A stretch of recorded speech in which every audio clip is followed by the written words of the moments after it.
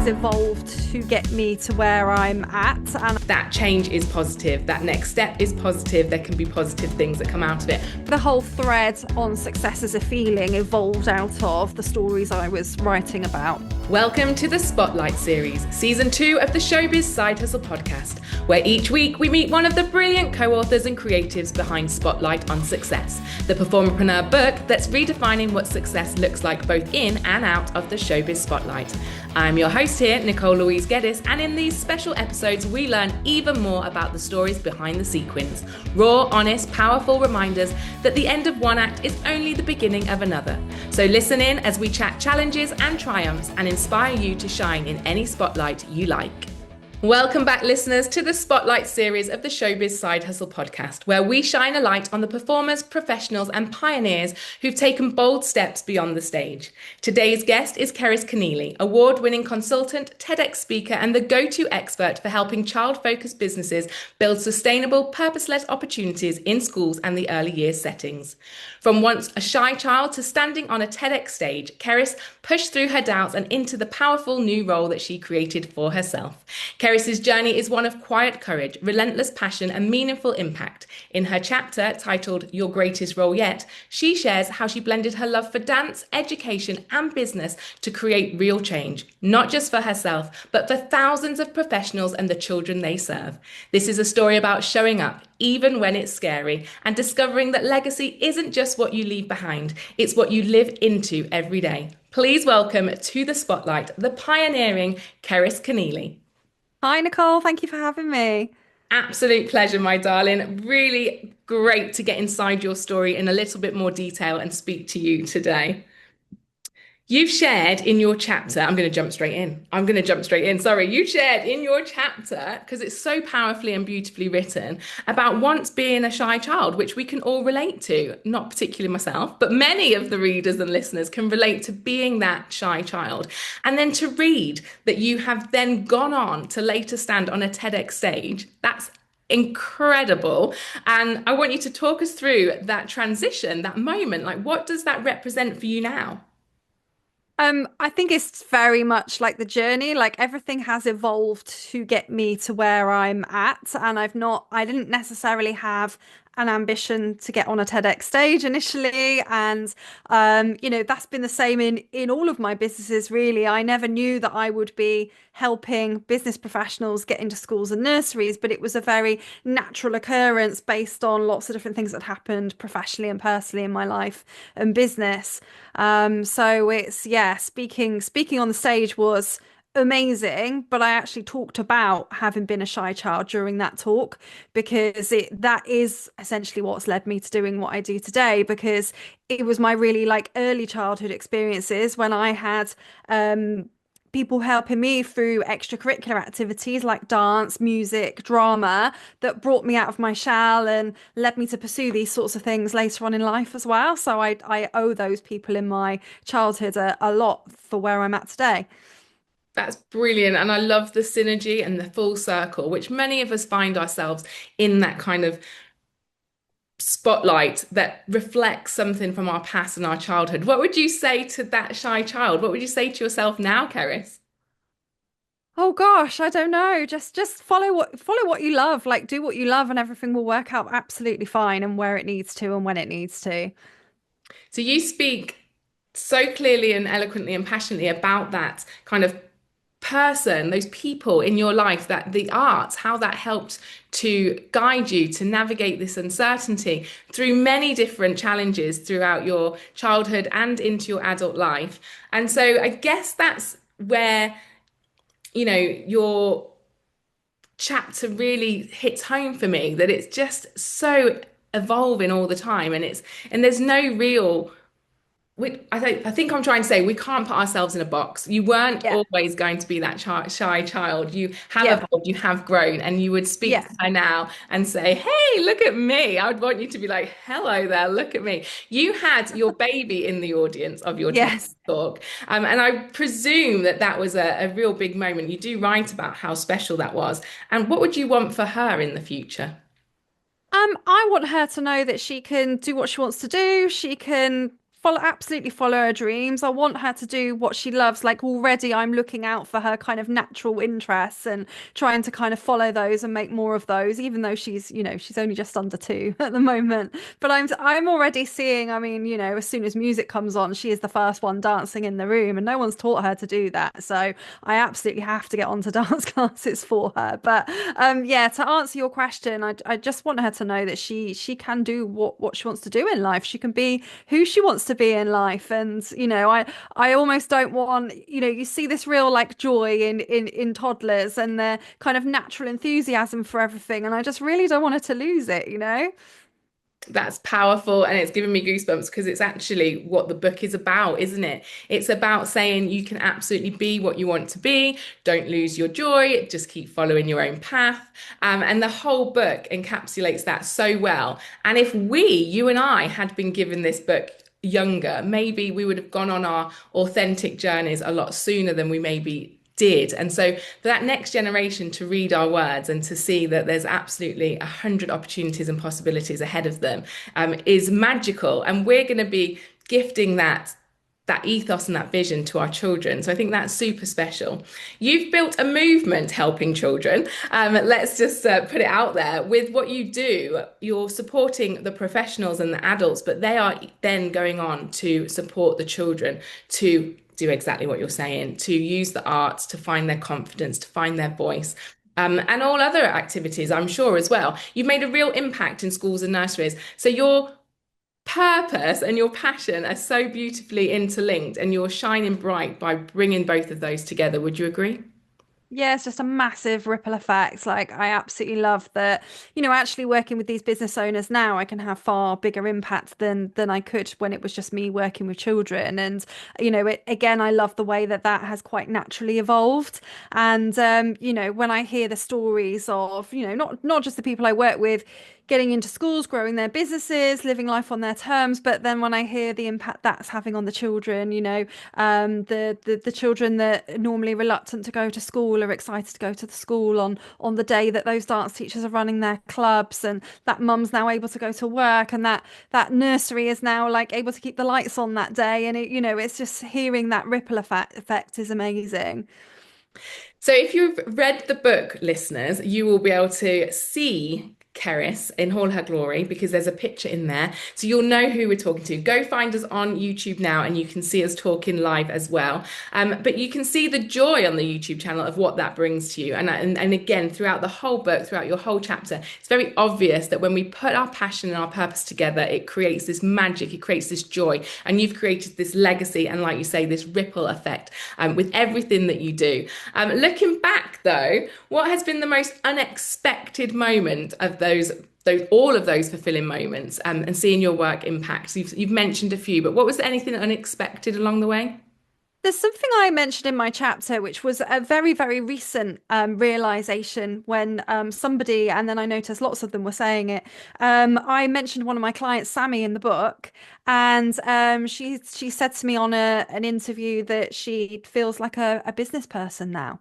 And previously she felt like a mum with a dance job, and now she feels like a business person. And I've watched her go on to franchise her business, and I've watched her, develop the business in lots of different ways. And it wasn't until she said that I looked back at what other people were saying, and lots of them were saying that they feel successful, they feel like business people, and I've bumped into them at business events, and they're on to the next big thing in their business. And I hadn't really thought about that when I started this, and it's just very recently made me realize, and again I talk about it in the chapter, that yes, success is a feeling, but really in the business that we're all in, it's also how you help others along the way and how you help them feel. And when they feel successful, of course, you've had a massive success in your business too and your life too. You're exactly right. It's perfectly put. We feel success, but when we see others feel success, it must be something about the kind of people that go into coaching and business Yeah. coaching, because I feel the same. It's all Yeah. about watching other people's thrive, Yeah. shine, glow up, and really own their own success, which again is where the book came from. I wanted performers, performerpreneurs, entrepreneurs, people that have stepped out of the spotlight many years ago and people are still in it, take a moment to reflect on everything they've achieved and everything they've done and come out of the other side of this process saying, hell yeah, I am successful. Because for so long, so many of us have been told that success looks a certain way, and it absolutely is individual. I'm a strong believer in that. And but myself included, it took me a long time to own that success. How did the book writing process, Cerys? How did that feel for you?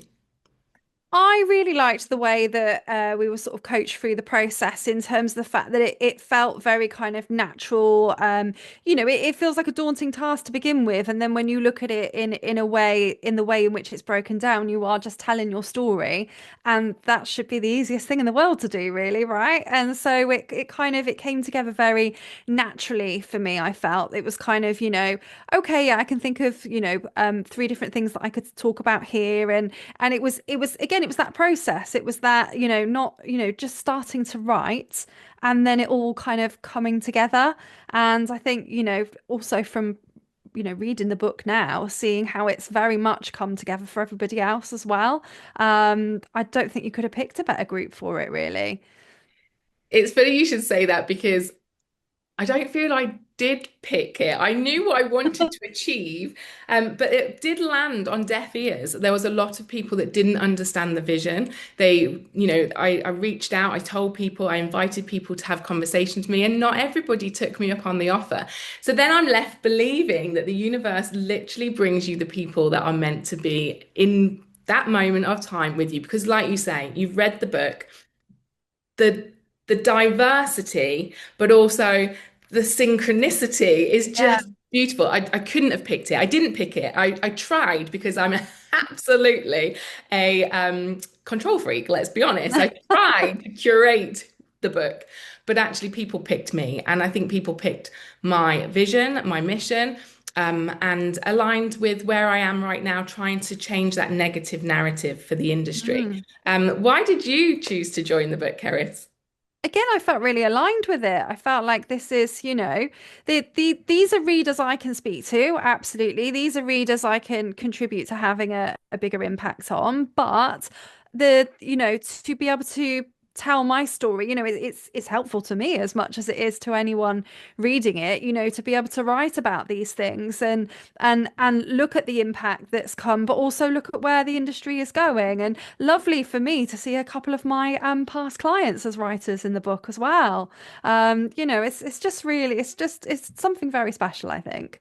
The industry is so small like that. And I think Yeah. that's another reason why it's incredibly daunting as well as inspiring, because when it is so interlinked and everybody does know what each other's been doing, or you have access to watching and seeing and comparing through social media, like you say, there's people in the book that you have worked with, and there's people that have met each other and worked with each other in different spotlights as well, all integrated, with absolutely no orchestration from me, just how it's ended up. But I think the industry is so small that that can be both a positive and a negative. But we are shining a light on the positive part of collaborating, on the positive spotlights and the transitions that come.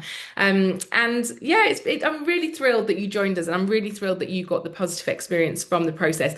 And we're months down the line now, and we're still all in contact. The podcast is still rolling out. The book is still making sales. We are still creating that ripple effect, and that's the biggest bit for me. We can launch a book, we can sell a book, but what happens next? And I think the fact that we have stayed together and we want to continue to reach people together and separately, doing our own thing, is really important to me. And how can people find you, Cerys, if they do want to work with you? And tell us a little bit more, for those that haven't read the book, what your business does. Yeah, so I help many different types of business owner now, predominantly children's activity providers, former performers, former teachers, anyone that wants to make an impact in schools and nurseries and grow their business in that way. Really, it's about getting a foot in the door. So a lot of people either hold themselves back from sending anything out because they don't necessarily know how schools work or why a school would want them to work within their setting.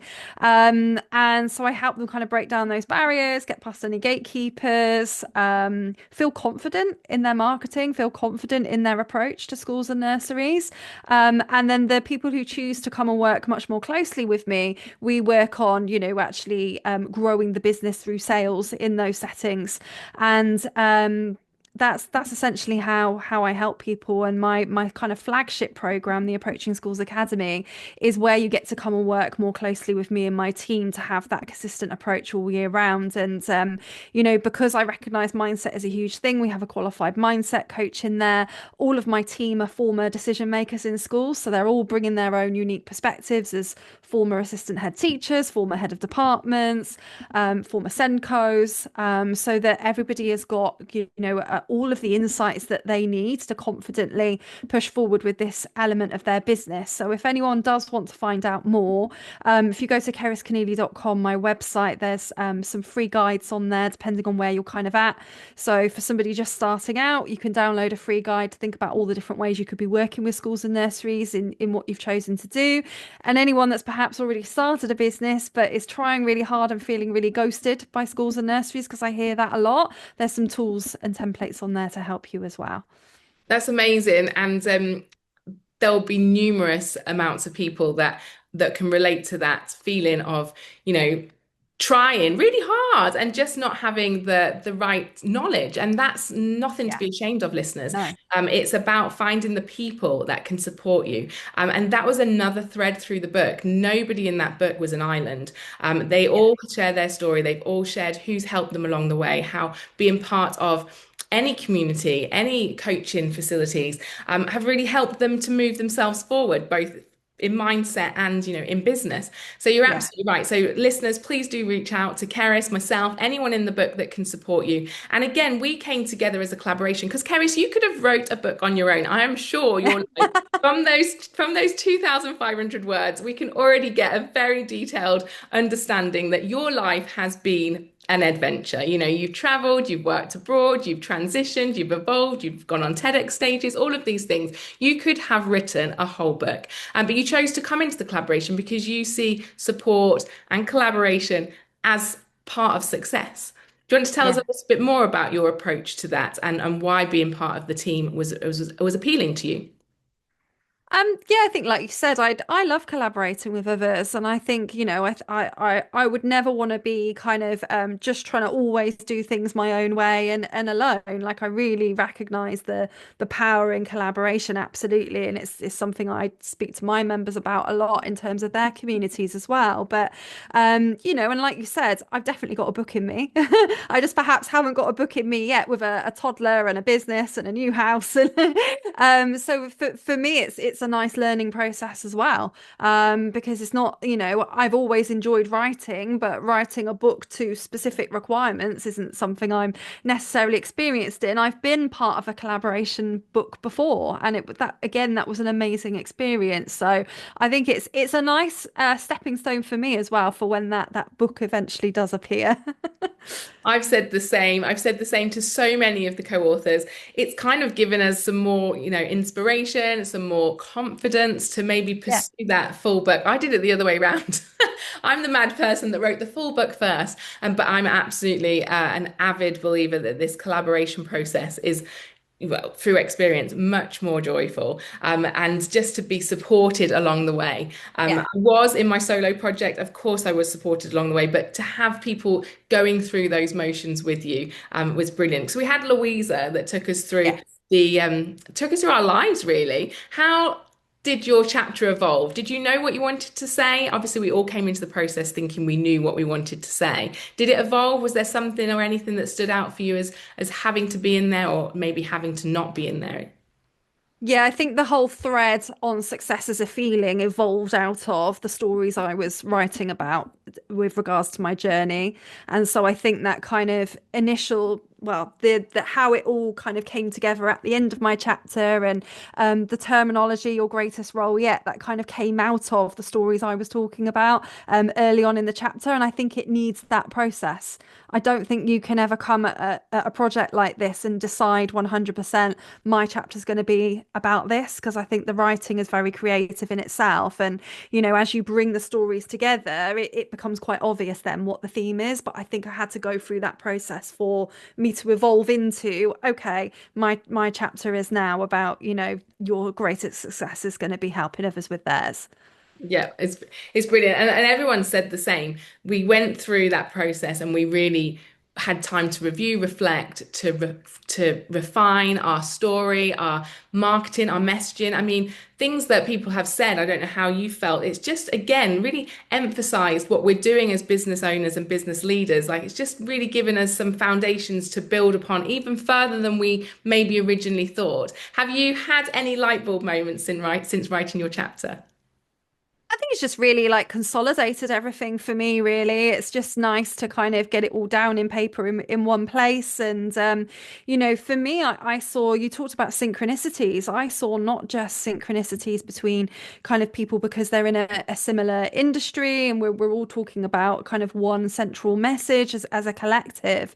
But I also noticed synchronicities in people's personal lives, things I could relate to, things I'd perhaps alluded to in my chapter that I then saw someone else writing saying they'd overcome the same challenges. And as I say, it's not just because we're all part of the same industry, but challenges people have had in their personal lives as well that you perhaps never would have known about if you hadn't picked up the book.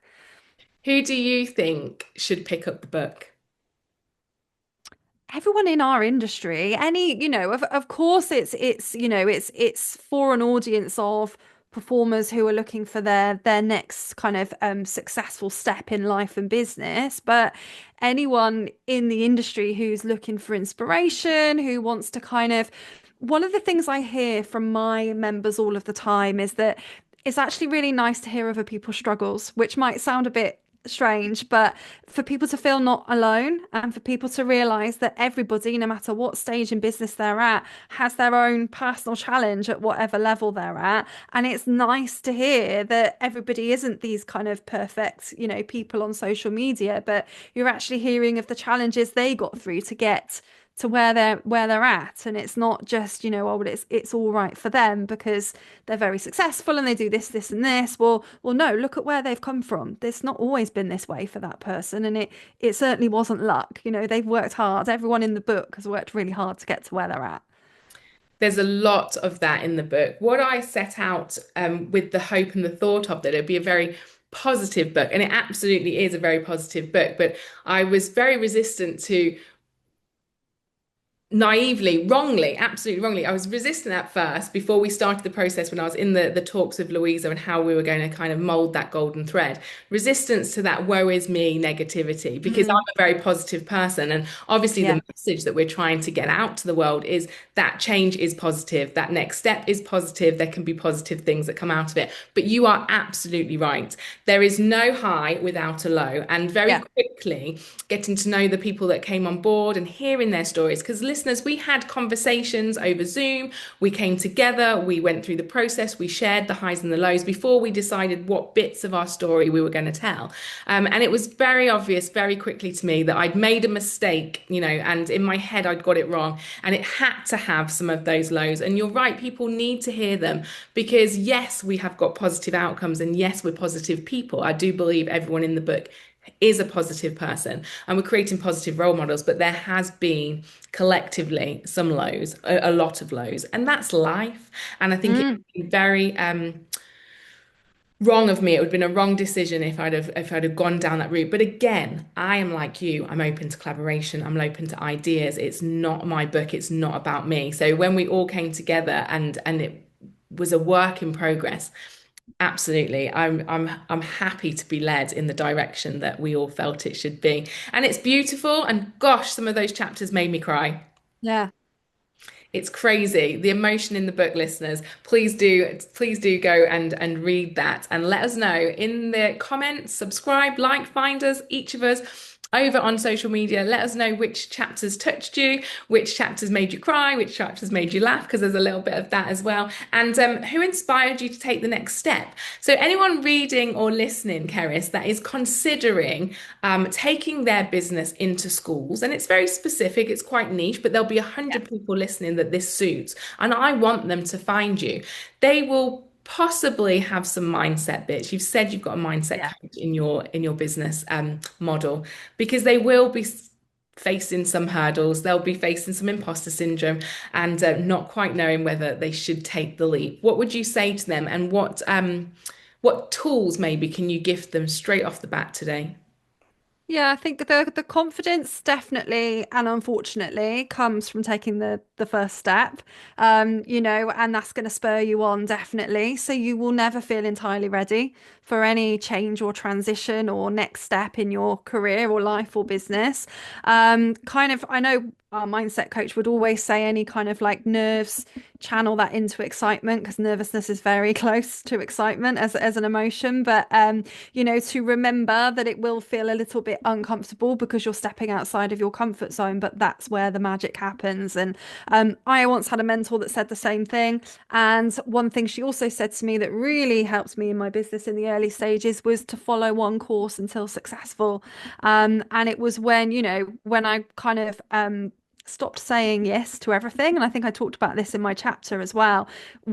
People have very helpful advice in life. And when you're starting a business or you're making a change in your business, people they'll want to support you. They'll want to offer helpful advice. But everybody is well-meaning, but you can't say yes to everything. So people would say to me in my dance business, oh, you should teach adults, you should do parties, you should do this, you should do that. And before I knew it, I was overwhelmed again, facing burnout again, which is why I left my previous career as a primary school teacher.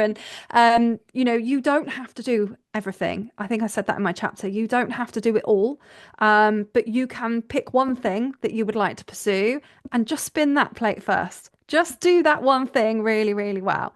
So when I was like, okay, I'm just going to focus on schools and nurseries in my business, that's when my accountant said to me that year, oh, you've had a 107% increase in income. What have you done?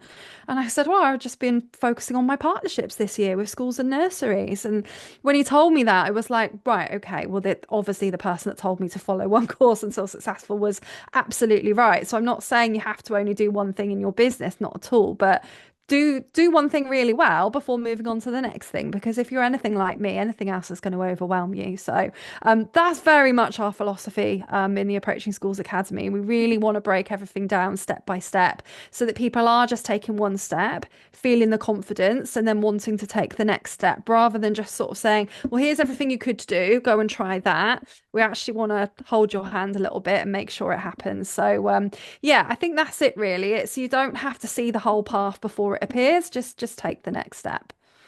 It's brilliant advice, and it's very, very important that people don't get overwhelmed, because I think that's the bit when you're changing, when you're transitioning, and that's what the book is about, that next step, that evolution, that stepping into your next role. There is too many options. And so in the book, most of the authors speak about following joy. So if you follow the joy, if you find the thing that lights you up, the Yeah, passion, meeting the purpose, and then really dial down on it, stick to it, yeah, you're absolutely right. And just layer that up as everything hits where it's meant to be. You can build on it. Absolutely. I'm just going to touch on your travels, because obviously I've yeah, been living in Oman. So I yeah. exited the UK and gone off on the expat life, and so did you. Do you think that journey, that stepping stone, that going and experiencing new cultures, do you think that helped towards your confidence to take new steps, to try new things? It certainly read like that. It was huge for me, not just in, if if I look back at that, and I alluded to most of these things in my chapter, I think, but when I look back to that initial experience, the first 2 year contract I took in a school in Bangkok, it just I wouldn't be doing what I'm doing now had I not taken that step.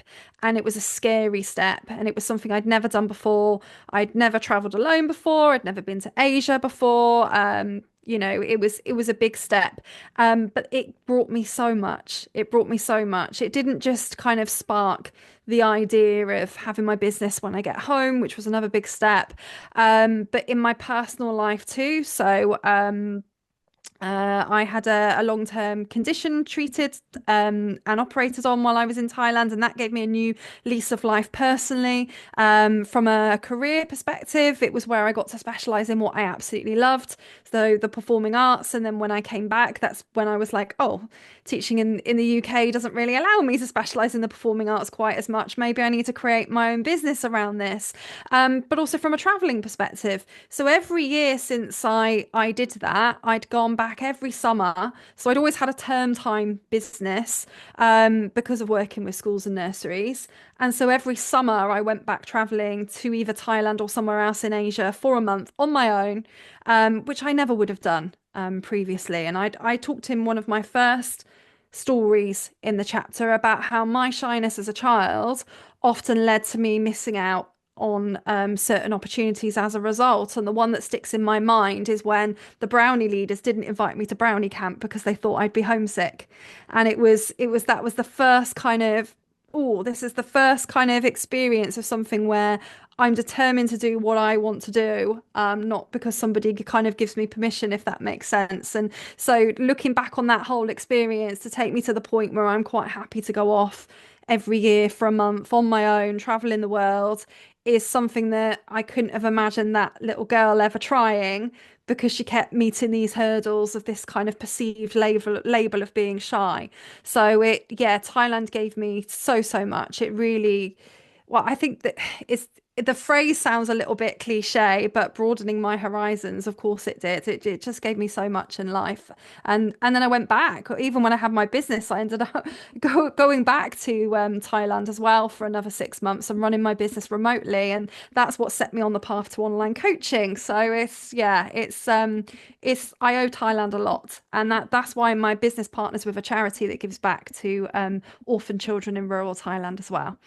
Oh, that's amazing, Cerys. And I love how we've just come full circle back to you as a ch shy child. That whole Yeah. conversation from the beginning of the pod to now has been so inspiring. It's been filled with absolute gold, just like your chapter. And then to bring it right back to that shy child that she wasn't allowed or wasn't invited, sorry, to go to Brownie Camp, yet you've gone off and seen the world on your own. It's amazing what we can do when we put our mind to it. I would love this book to reach all generations so that they can see and feel what we know now as adults, so that all the shy children can just know that there's more. And wherever you are on your path, listeners, take the leap, take the step, take the flight, take the job, because you will be rewarded. And your chapter, your greatest role yet, is encouraging the people that want to step into that role for children.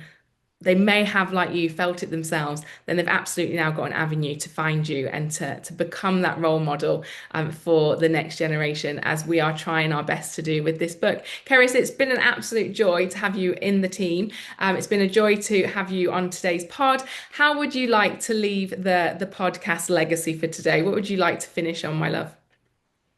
I'd just like to say thank you to you, Nicole, for, an incredible experience. Like you said, you didn't necessarily feel like you were curating this, the collective that we have intentionally, but you absolutely have. So thank you very much.